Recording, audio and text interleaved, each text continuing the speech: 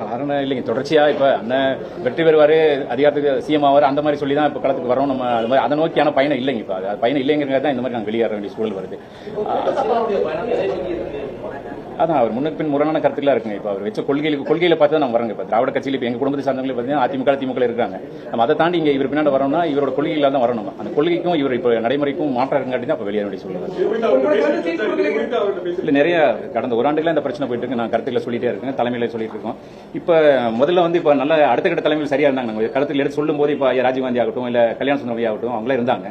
ஒரு பிரச்சனை சொன்னோம் உடனே வந்து காது கொடுத்து கேட்டு நமக்கு உள்ளூர் தலைமையில் அந்த பிரச்சனை சரி செய்வாங்க. இப்போ அடுத்த கட்ட தலைமையில் எங்க யாருமே இல்லை. இப்போ இதுக்கு முன்னாடி ஒரு ராவணன், ஜெகதீசன், அந்த மாதிரி ஆட்கள் எல்லாம் இப்ப யாருமே இல்லைங்க. எல்லாமே அமைதியாயிட்டாங்க. யாரை கேட்டாலும் பொறுமையா இருங்க, கடந்து போங்க, இதுதான் பதிலா இருக்கு. அப்ப நம்ம எதுவுமே பண்ண முடியாத சூழலா இருக்கு. இப்ப எனக்கோ என்னை சார்ந்தவர்களுக்கு, எனக்கு என்ன அடுத்து இருக்கிறவங்களுக்கோ ஏதாவது பிரச்சனை கூட யாரை நம்ம தொடர்பு, அண்ணன் சீமானை தவிர்த்து வேற யாரையுமே தொடர்பு கொள்ள முடியாதுங்க. அப்படி இல்லைங்க, அந்த மாதிரி இல்ல. அவரை தவிர்த்து அடுத்த தலைமை எல்லாமே அவருக்கு சொல்ல